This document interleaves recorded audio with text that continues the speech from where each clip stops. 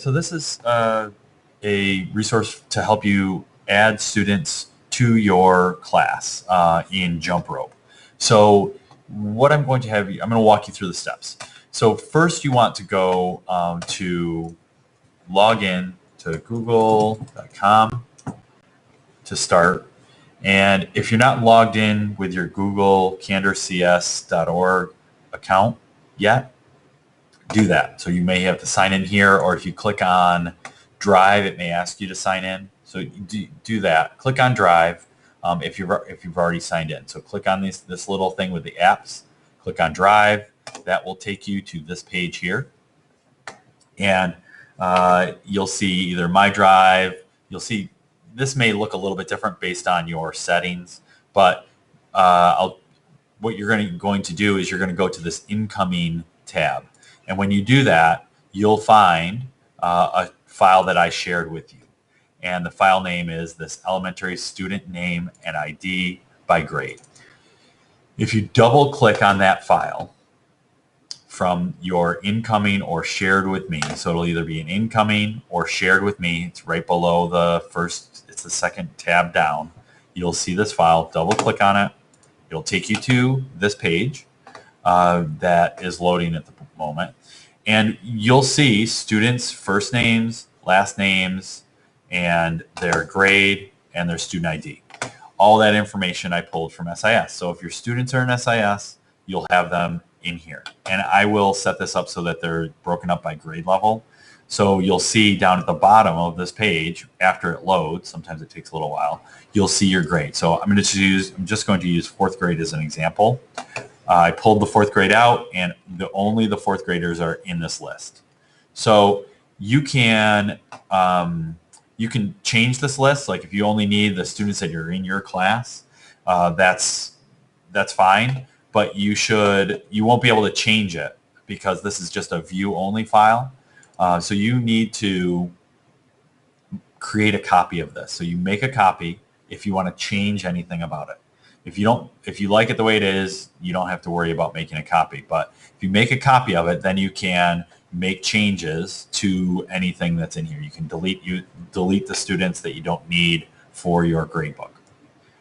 Once you're happy with it, you need to first, the next step is to download it as a comma separated values file. So you're going to click on comma separated values.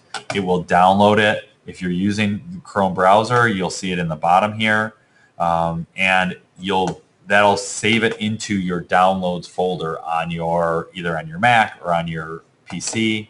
If you're using Windows, it'll download it into that what's called a downloads file. You're going to go to then log in to JumpRope, and then it'll bring you, when you first log in, it'll take you to this JumpRope dashboard.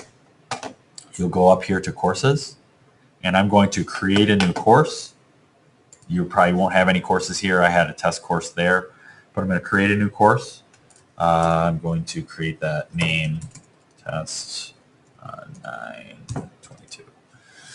And I can put a content area in there if I want, math, social studies, whatever. And then instead of adding each individual name, you're going to import that by bulk. So you're importing the data from a file. You're going to browse the files on your computer to find it. So this may take a minute for you to find out where it is. I know that on a Mac, it goes into the main user, into the downloads folder, and it's right here.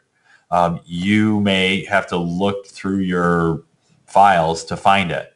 You may have to, if you're using Windows and you don't know where to find it, you could search for the file and then save it to your desktop, and then it'll be right on your desktop too. So I did that as well. I had saved it at one point. I'd saved one of them on the desktop. But here's the downloads.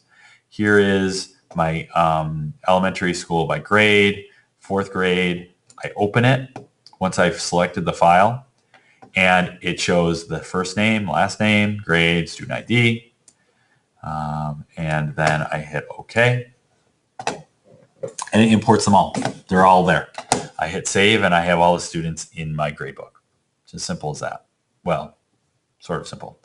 So if you have questions, feel free to to ask, email me. I can swing by and I can show you how to do this. You really only have to do this once for all of your class. So if you're stuck, let me know and I'll come and help you do it the first time. All right. Okay. Take care.